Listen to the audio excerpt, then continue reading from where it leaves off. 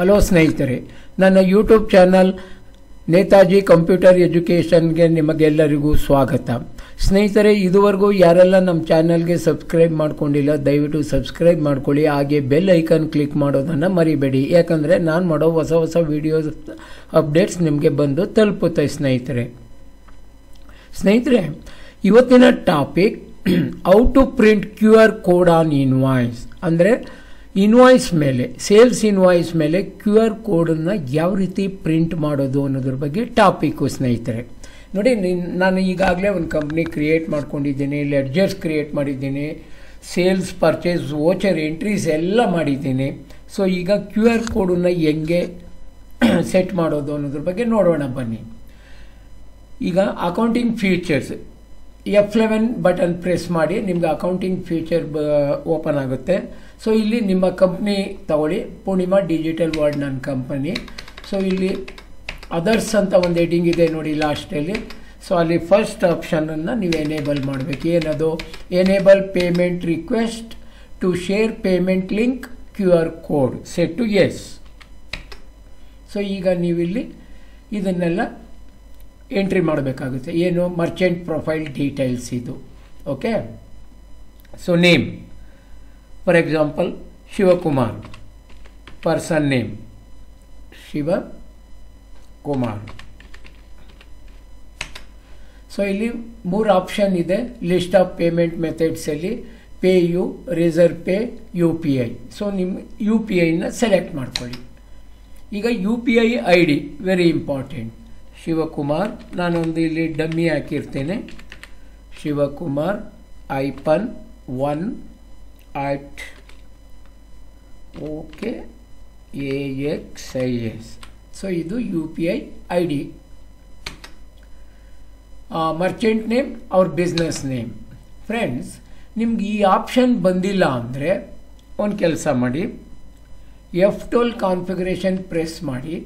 ಇಲ್ಲಿ first option ಇದೆ ನೋಡಿ, show option two save payment link QR code while generating from reports ಅಂತ ಇದೆಯಲ್ಲ, ಅದು ನೋ ಅಂತ ಬರ್ತಾ ಇರುತ್ತೆ. ನೀವು ಎಸ್ ಅಂತ ಸೆಟ್ ಮಾಡಿ. ಯಾಕಂದರೆ ನಾನಿಲ್ಲಿ ತುಂಬ ಕಂಪ್ನಿಗಳು ಕ್ರಿಯೇಟ್ ಮಾಡುವಾಗ ಅದನ್ನು UPI ಕೋಡನ್ನು ಎನೇಬಲ್ ಮಾಡೋದ್ರಿಂದ ನನಗದು ಬೈ ಡಿಫಾಲ್ಟಾಗೆ ಬಂದ್ಬಿಡುತ್ತೆ. ಬಟ್ ನೀವು ಫಸ್ಟ್ ಟೈಮ್ ಮಾಡೋರಿಗೆ ನಿಮಗೆ ಬರಲ್ಲ ಅದು. ಸೊ ಆವಾಗ ನೀವೇನು ಮಾಡಬೇಕು, F12 ಕಾನ್ಫಿಗರೇಷನ್ ಪ್ರೆಸ್ ಮಾಡಿ. ಆ ಫಸ್ಟ್ ಆಪ್ಷನ್ ಇದೆ ನೋಡಿ, show option two save payment link QR code while generating from reports, ಅದನ್ನು ಎಸ್ ಅಂತ ಸೆಟ್ ಮಾಡಿ. ಆಮೇಲೆ save QR code while generating from reports ask every time ಅನ್ನೋದನ್ನ ಸೆಲೆಕ್ಟ್ ಮಾಡಿ ಆಕ್ಸೆಪ್ಟ್ ಮಾಡಿ. ಆಕ್ಸೆಪ್ಟ್, ಎಸ್ಕೇಪ್ ಮಾಡಿ. ಈಗ display, day book, period change ಮಾಡ್ಕೊಳ್ಳಿ. ಸೊ ಈಗ ಸೇಲ್ಸ್ ಇನ್ವಾಯ್ಸ್ ಇದೆ, ಸೇಲ್ಸ್ ಇನ್ವಾಯ್ಸ್ ಓಪನ್ ಮಾಡ್ಕೊಳ್ಳಿ ಒಂದು. ಈಗ ಜನರೇಟ್ QR ಕೋಡ್, ಈಗ ಇಲ್ಲಿ ಅದನ್ನು ಜನರೇಟ್ ಮಾಡಬೇಕು. ಈಗ ನೀವು ಅಲ್ಲಿ ಸೆಟ್ ಮಾಡಿದ್ದೀನಿ ಅಂದ್ಬಿಟ್ಟು ಹೋಗ್ಬಿಟ್ಟು ಇನ್ವಾಯ್ಸಲ್ಲಿ ನೋಡಿದ್ರೆ ಅದು ಬಂದಿರಲ್ಲ. ಇಲ್ಲಿ ಜನರೇಟ್ ಮಾಡಿದ್ರೆ ಮಾತ್ರ ಅದು ಬರೋದು. ಸೊ ಜನರೇಟ್ಗೆ ಏನು ಮಾಡಬೇಕು, ಇಲ್ಲಿ ನೋಡಿ ಎಕ್ಸ್ಚೇಂಜ್ ಅಂತ ಇದೆಯಲ್ಲ, ಇದನ್ನಾದರೂ ಕ್ಲಿಕ್ ಮಾಡಿ, Alt-Z ಅಂತ ಆದರೂ ಪ್ರೆಸ್ ಮಾಡಿ. ಓಕೆ. ಸೊ ಇಲ್ಲಿ generate payment link QR code ಅಂತ ಇದೆಯಲ್ಲ, ಅದನ್ನು ಸೆಲೆಕ್ಟ್ ಮಾಡಿ, ಕರೆಂಟ್ ತಗೊಳ್ಳಿ. ನೋಡಿ. ಸೊ ಇಲ್ಲೂ ಅಷ್ಟೇ ನೀವು F12 ಕಾನ್ಫಿಗರೇಷನ್ ಹೊಡಿಬೇಕು. ಯಾಕಂದರೆ ನಾನು ಆಲ್ರೆಡಿ ನಿಮ್ಗೆ ಹೇಳಿದ್ದೆ, ನಾನು ಬೇರೆ ಬೇರೆ ಕಂಪ್ನಿ ಕ್ರಿಯೇಟ್ ಮಾಡುವಾಗೆಲ್ಲ ನಾನು ಕಾನ್ಫಿಗರೇಷನ್ ಎಲ್ಲ ಎನೇಬಲ್ ಮಾಡಿದ್ದೆ. ಅದರಿಂದ ನನಗಿಲ್ಲಿ ಹೊಸ ಕಂಪ್ನಿಯಲ್ಲಿ ಡಿಫಾಲ್ಟಾಗಿ ಬಂದುಬಿಡುತ್ತೆ. ಬಟ್ ನಿಮಗೆ ಬರೋಲ್ಲ ಫಸ್ಟ್ ಟೈಮ್ ಮಾಡಿದ್ರೆ. ಸೊ F12 ಕಾನ್ಫಿಗರೇಷನ್ ನೋಡಿರಿ. ನೋಡಿ ಇವೆರಡು ಆಪ್ಷನ್ ಇದೆಯಲ್ಲ, ಶೋ ರೆಫರೆನ್ಸ್ ನಂಬರ್ಸ್ ಎಸ್ ಕೊಡಿ, ಶೋ ರಿಮಾರ್ಕ್ಸ್ ಎಸ್ ಕೊಡಿ. ಸೊ ಆವಾಗ ನಿಮಗೆ ಇದೆಲ್ಲ ಬರುತ್ತೆ. ಸೊ ನೋಡಿ, ರೆಫರೆನ್ಸ್ ನಂಬರ್ ಅಂದರೆ ಇನ್ವಾಯ್ಸ್ ನಂಬರ್, ಇನ್ವಾಯ್ಸ್ ಅಮೌಂಟ್. ಈಗ ರಿಮಾರ್ಕ್ಸ್ ಟೈಪ್ ಮಾಡಿ. ಏನಂತ ಟೈಪ್ ಮಾಡಬೇಕು ಅಂದರೆ payment to be made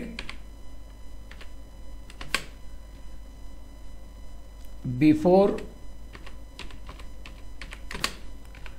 7th of this month.